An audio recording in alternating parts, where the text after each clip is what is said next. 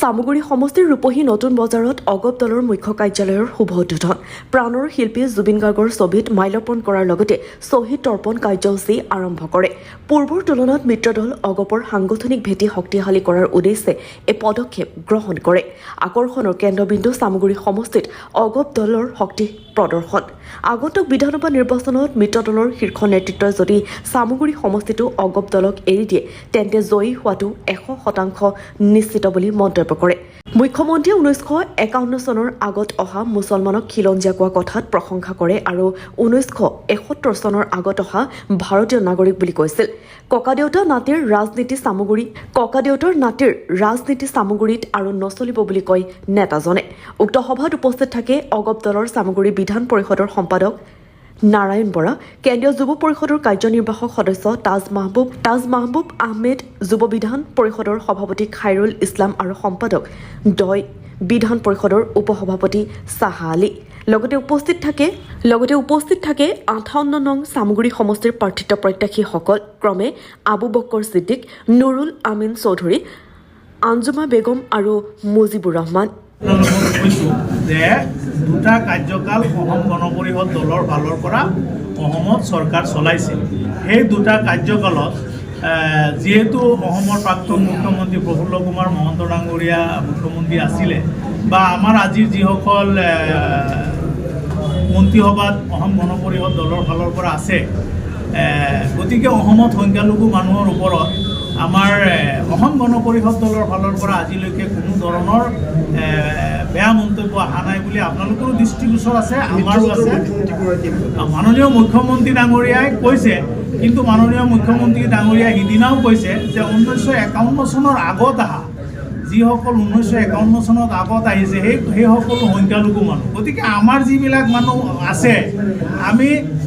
সবে 1951 চনৰ আগত অহা আমাৰ সংখ্যালঘু মানুহ 51 চনৰ আগত অহাটো খিলঞ্জীয়া বুলি কৈছে আমি খিলঞ্জীয়া মানুহ কাৰণ এইটো মুখ্যমন্ত্ৰী ডাঙৰীয়াই কৈছে যে 1951 চনৰ আগত অহা যিসকল সংখ্যালঘু মানুহ আছে সকলোৱে খিলঞ্জীয়া গতিকে আমি ইয়াতে মাননীয় মুখ্যমন্ত্ৰীয়ে ডাঙৰীয়াই কৈছে যে যিসকলে 71 চনৰ পিছত আহিছে আমিও কওঁ যে 71 চনৰ পিছত যিসকল আহিছে সেইসকল হিন্দুৱেই হওক মুছলমানেই হওক আমাৰ অসমত কোনো স্থান নাই কাৰণ আমাৰ চৰকাৰে যিটো বৃত্তিবৰ্ষ 1971 চনৰ 25 মাৰ্চ ধৰিছে এই 25 মাৰ্চৰ পিছত আমাৰ সংখ্যালঘু হ'লেও মুছলমান হ'লেও হিন্দু হ'লেও কোনো মানুহক আমি প্ৰশ্ৰয় দিব নোৱাৰোঁ যিহেতু এতিয়া মাননীয় মুখ্যমন্ত্ৰী ডাঙৰীয়াই কৈছে 1951 চনৰ আগত অহা সকলো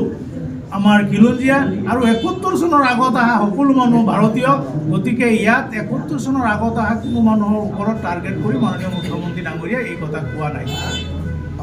যোৱাকালি নমস্কাৰ প্ৰথমে মই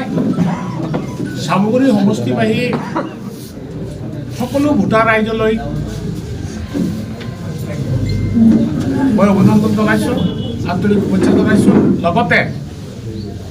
যিসকল পৰীক্ষাৰ্থী হাইস্কুল শিক্ষান্ত পৰীক্ষাত অৱতীৰ্ণ হৈছে সকলোৰে ভাল ফলাফল কামনা কৰিছোঁ কামনা কৰি মই শুভেচ্ছা জ্ঞাপন কৰিলোঁ কথাটো হ'ল আজি আপোনালোকে অকণমান চাওক চকু ফুৰাই আমাৰ চামগুৰি সমষ্টিটো ইণ্টেলেকচুৱেল ভোটাৰেৰে গঠিত এটা নতুন সমষ্টি হ'ল সদৰৰ পৰা 6টা জিপি কাটি আহিছে ৰূপহীৰ পৰা 10টা জিপি গৈছে আবাৰ চামগুৰিৰ পৰা 10টা জিপি 8টা জিপি এই 25টা জিপি লৈ আমাৰ সমষ্টিখন গঠন হৈছে আপোনালোকে চাওক ৰূপহী এটা টাউনশ্বিপ নলবাৰী এটা টাউনশ্বিপ দৰিমুখ এটা টাউনশ্বিপ আমি নগাঁও সদৰৰ পৰা যিখিনি আহিলোঁ এইখিনি আমি নগাঁও টাউনৰ একেবাৰে কাষতে থাকিব ইয়াত চৰ অঞ্চল অন্তৰ্ভুক্ত হোৱা নাই আপোনালোকে যদি ছাৰ্ভে কৰে দেখা পাব গোটেই নগাঁও জিলাখনৰ ভিতৰত আটাইতকৈ শিক্ষিত আৰু উন্নত মানুহ হৈছে চামগুৰি সমষ্টি আৰু এইটোৱেই আমাৰ ভৰসা ইয়াৰ ভোটাৰসকল শিক্ষিত ইণ্টেলেকচুৱেল এই ভোটাৰসকলে যোৱা বাই ইলেকশ্যনতো আমি দেখা পাইছোঁ যে ককা দেউতাই কৰি গৈছে 8 বছৰ দেউতাই কৰি গৈছে 25 বছৰ এতিয়া আৰু গোটেই মানুহখিনি ইমানেই কনচিয়াছ যে ধাৰাবাহিকতা ইয়াতে ৰোধ কৰি দিছে আমি আশা কৰিছোঁ যে এই ধাৰাবাহিকতা যিটো ৰোধ কৰিছে বাই ইলেকশ্যনত যিটো বন্ধ কৰিছে আগন্তুক 2026 নিৰ্বাচনতো ভোটাৰসকল